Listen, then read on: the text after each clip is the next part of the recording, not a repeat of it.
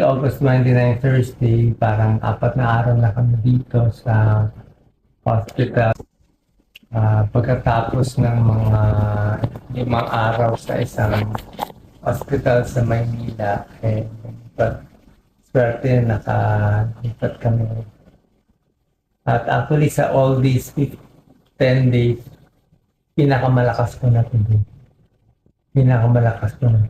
Kaya dahil malakas ako today, sabi ko kailangan may record lang. Hindi ko lang kailangan ko po-post sa followers ko. Ayaw naman kasi magsinungaling. Anyway, short lang.